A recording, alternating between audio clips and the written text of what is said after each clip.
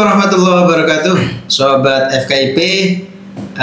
Kali ini di senior kita ada dua penggiat sosial dan penggiat literasi. Ini ada jurnalis Pak Ahmad Lutfi.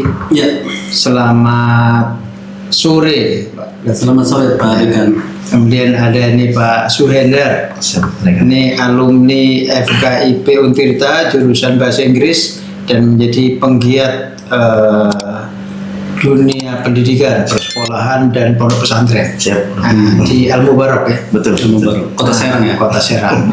Pak Lutfi, ini kabar Banten dengan FKIP Untirta, kemudian Kelurahan Cipari dan Tas Harfa menggelar event penting, Festival Banten Girang. Nah, satu di antara kegiatan yang sangat penting adalah pameran buku. Betul, ya. Bisa diceritakan? Ya, pemirsa FKIP Untirta dan pemirsa umumnya, di acara ini memang kolaborasi antara FKIP, kemudian Kabar Banten, pemerintah Kelurahan Cipare dan juga Al-Azhar, Pak. Dari kegiatan ini kita menggelar, salah satunya adalah kegiatan bazar buku. Nah, bazar buku ini memang kita gelar nih, Pak. Kenapa? Kita gelar secara meriah karena kita akan melibatkan beberapa penerbit.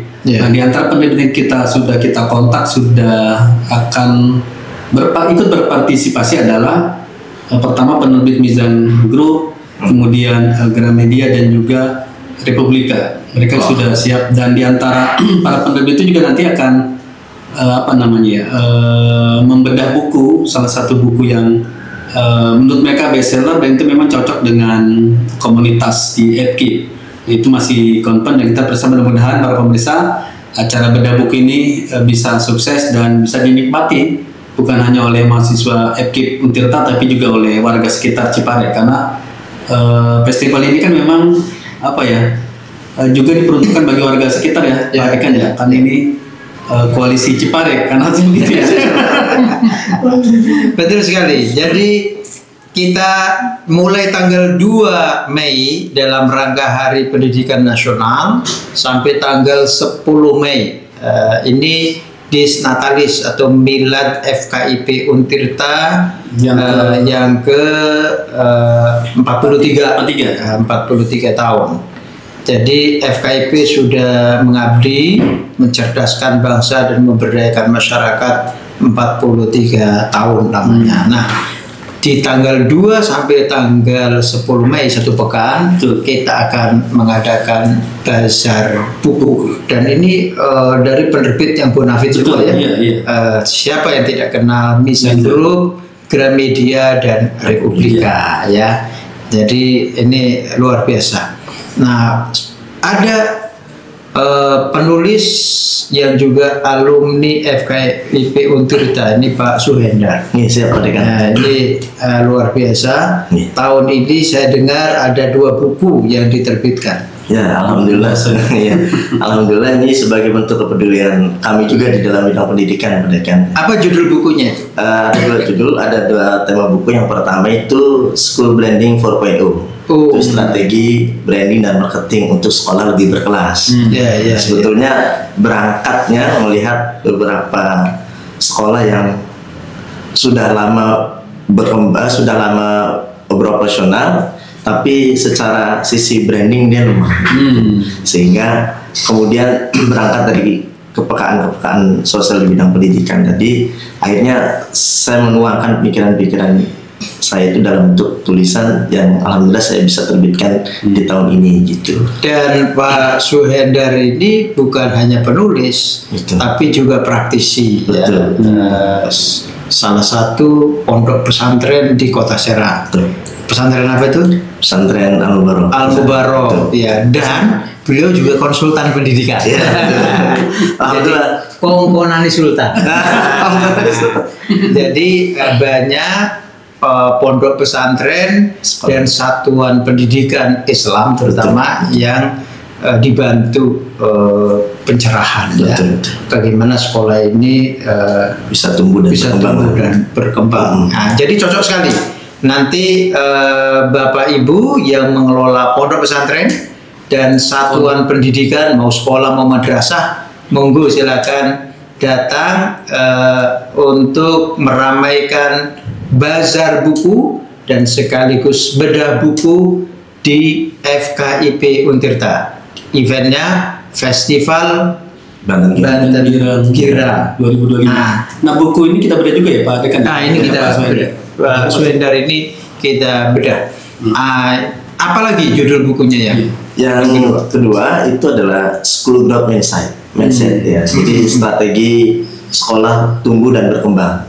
Bagaimana sekolah terbebas dari stagnansi operasionalnya. Kemudian di sana ada kurang lebih 7 bab saya tulis di sana, mulai dari fundamentalnya, kemudian bagaimana merancang kurikulum, bagaimana sekolah bebas terlepas dari keuangan yang bergantung pada SPP saja gitu. Di sana itu bagaimana sekolah bisa tumbuh dan berkembang. Karena sekarang kan eranya disrupsi ya. Teknologi berkembang, di sekolah-sekolah yang tidak dikelola secara profesional lambat laun akan tertinggal.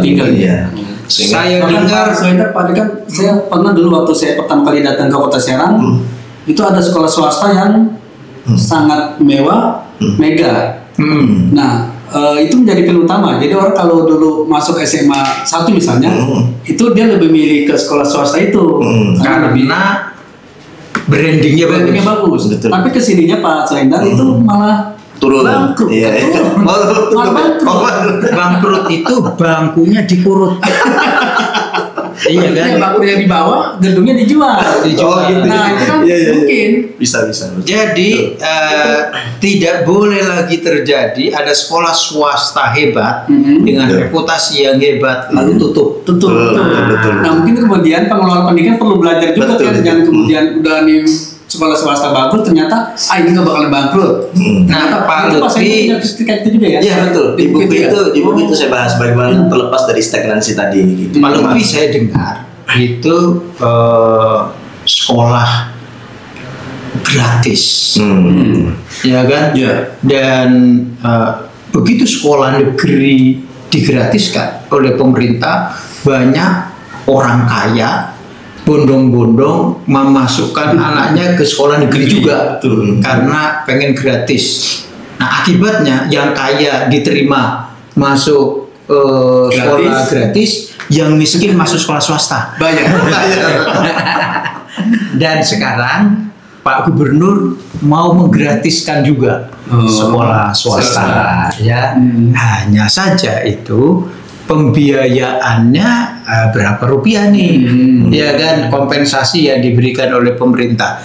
Dan banyak atau sebagian dari sekolah swasta itu mengeluhkan ini meskipun diganti kompensasinya akan kurang. Nah, pertanyaannya adalah bagaimana sekolah swasta itu terus tumbuh berkembang, digratiskan oleh pemerintah, tapi nanti biaya operasional kurangnya itu disokong oleh gerakan rakyat.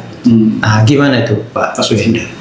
Ya, itu sangat positif ya, kalau artinya ada sekolah swasta tetap harus bisa beradaptasi di era perubahan ini, ataupun kebijakan-kebijakan yang ada, ya tetap kalaupun ada misalkan sisi pembiayaan yang ditanggung oleh pihak provinsi dan sebagainya, tetap tidak boleh mengabaikan sisi kualitas daripada servis atau pelayanan pengajaran pendidikan yang ada di sekolah tersebut, begitu. Jadi memang swasta ada dua pilihan sekarang, menerima program sekolah gratis, tidak memungut biaya, nah kan, atau menolak program sekolah gratis dan mengambil biaya dari masyarakat. Kalau menurut bisa kita? Kalau saya menyarankan menerima program sekolah gratis dari gubernur, kita tidak mengut biaya dari orang tua yang anaknya sekolah di situ, tapi kita melakukan gerakan sedekah, gerakan sedekah jariah, gerakan wakaf dari semua orang yang peduli dengan mutu pelayanan pendidikan Islam, misalnya pendidikan Katolik misalnya, pendidikan Kristen misalnya, karena umumnya sekolah-sekolah swasta itu terafiliasi dengan agama tertentu. Nah, gimana itu Pak? Ya, jadi betul tadi, seandainya gerakan rakyat atau gerakan umat ini bisa berjalan, maka ekonomi berputar sangat baik di internal lembaga itu gitu, dan menumbuhkan perekonomian yang baik di sekolah itu gitu, dan menumbuhkan kesadaran masyarakat untuk peduli kepada pendidikan. Karena sebenarnya sekolah yang bermutu itu pasti mahal. Iya. Tidak ada yang bermutu tapi murah, nggak ada ya? Yang ada adalah siapa yang menanggung kemahalannya. Iya. Soalnya kalau gini, misalnya kita mengenakan baju, ini bahan baju kita ini, ya kan macam-macam. Ya kalau baju dari partai yang dibagi-bagi pada saat pemilu, ya mesti kelihatan lah itu kulit tubuhnya dan seterusnya, mesti murah. Tapi kalau kita mau baju yang bagus, ya mesti mahal. Nah, pertanyaannya siapa yang menanggung kemahalannya? Nah, gitu deh. Jadi yang sekolah gratis versi pemerintah itu jangan sampai baju dari partai. Nah, betul. Kalau baju dari partai tidak berkualitas, ya kan? Nah, kita inginnya bajunya baju yang bagus, ya layanan pendidikan yang bermutu, kemahalannya ditanggung bersama.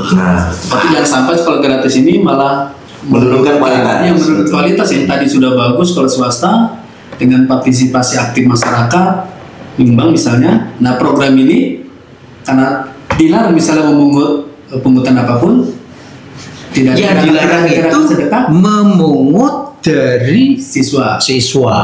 Kalau dari orang tua siswa boleh. Jadi yang dilarang itu memungut dari siswa atau orang tua siswa yang kemampuan ekonominya kurang. Tapi nanti secara sukarela kita bisa melakukan gerakan wakaf, gerakan sedekah, sumbangan itu sifatnya sukarela. Dan sekali lagi itu akan dibedah nanti di bukunya Pak Suender ya Pak. Iya, itu kan biar masyarakat tahu Pak Suender betul. Iya. Jadi termasuk dia pemerintah dengar juga Pak Dekan. Iya. Jadi insya Allah ini menarik.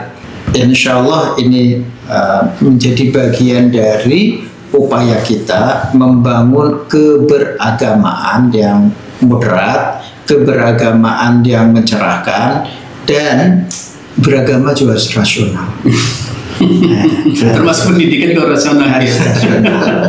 Berarti kalau gratis rasional kan tuh. Balik lagi. Jadi yang disebut sekolah gratis itu adalah sekolah mahal yang biayanya ditanggung oleh pemerintah. Nah, harusnya gitu konsepnya. Iya. Jangan sampai kayak tadi gratis versi partai. Iya. Tapi katanya 250.000. 250.000 per siswa. Itu per tahun apa per bulan? Per bulan. Oh, kalau per bulan agak lumayan. Jadi memang di masyarakat kita di Banten ini sekolah swasta itu macam-macam levelnya. Ada yang iurannya kayak madrasah diniyah ada yang 100.000, ada yang 150.000, ada yang mungkin diambil garis tengahnya ya. Jadi ada yang 500.000, ada yang 100.000 diambil tengah 250.000. Ada juga yang 3.500.000. Ada juga. Ya, okay. Tapi ini soal pilihan masyarakat. Faktanya ya Pak Suender, betul nggak? Saya dengar SD Al-Quran atau SD Islam itu mendapatkan respon yang sangat baik dari keluarga muda. Ya, memang kelihatan ada tren ya sekarang itu, ada tren anak-anak keluarga muda sekarang itu memang trennya ke sekolah atau lembaga pendidikan Islam. Lembaga Islam terpadu ya pertama ya, Islam terpadu karena mereka merasa aman, nyaman anaknya berada di sana gitu, karena servisnya, kemudian karena mungkin layanan pendidikannya gitu. Jadi memang ada agak tren yang sana gitu. Apalagi yang keluarganya mungkin sudah agak menengah ke atas gitu, mereka akan Saya nggak tahu ya survei sebetulnya seperti apa gitu, tapi yang saya amati gitu trennya ke sana kan. Itu tren saat ini atau memang akan terus ini Pak? Akan tetap? Saya dengar banyak pondok pesantren, misalnya ada pesantren Al-Bantani itu buka SD Islam, Al-Mubarak sendiri buka SD Islam, kemudian Darul Istiqomah. Nah, itu juga buka ya SD Islam dan begitu dibuka SD Islam itu ada daftar tunggu saya dengar. Ya betul.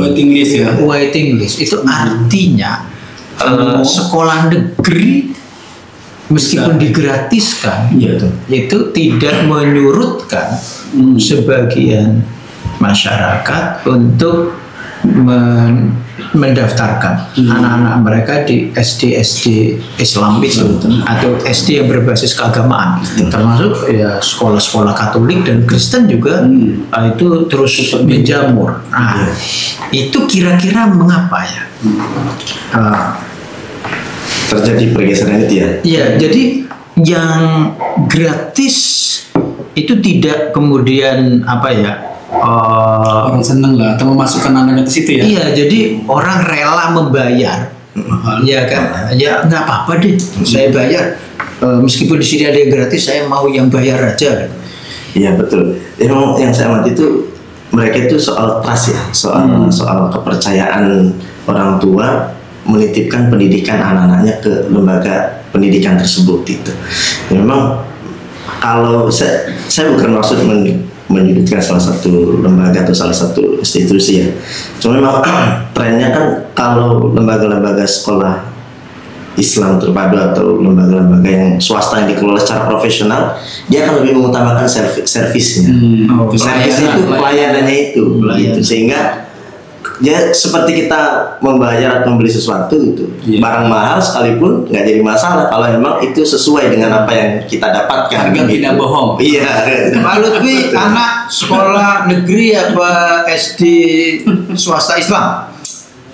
Tiganya sekolah swasta Islam di sekolah dasar. Nah, tapi di tingkat menengahnya, saya ambil negeri tuh. Nah, kira-kira apa pertimbangan Pak Lutfi ini sebagai orang tua saya pilih SD Islam yang meskipun berbayar.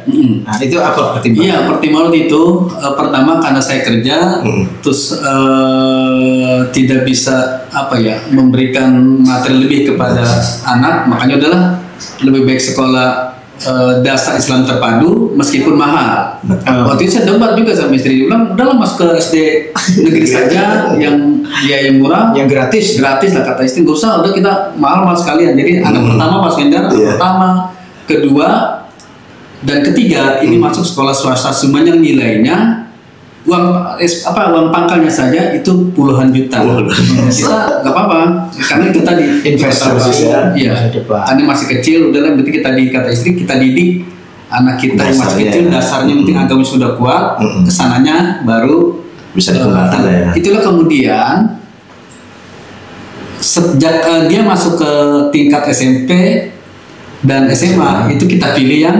negeri karena basisnya agamanya sudah selesai. Betul. Jadi memang dan enggak pada kan. Dan anak kita itu sejak mereka sudah didik di sekolah dasar dan prestasi akademik, prestasi Quran itu bagus juga tuh. Karena dasarnya sudah kuat. Kan di tesnya waktu masuk dia sekolah negeri, tesnya baca Quran. Dia sudah hafal. Sudah tajwidnya sudah selesai. Wudhu sholat itu udah hatam lah. Jadi memang diapresiasi. Ketimbang misalnya sekolah saya di kampung tuh bikin namanya SD Al-Quran Amirul Mukminin. Luar biasa. Selain dia kan juga founder juga ya. Iya, di kampung itu namanya SD Al-Quran, ya kan. Kita tidak gratis, tapi sekolah bertaraf tanpa tarif. Kenapa tanpa tarif? Karena melalui gerakan sedekah. Jadi anak-anak iuran sesuai dengan kemampuannya. Tapi tiap hari bukan tiap pekan, apalagi tiap bulan terlalu lama. Jadi kenapa tiap hari? Biar pahalanya mengalir. Ya kan? Itu uniknya begini, uniknya.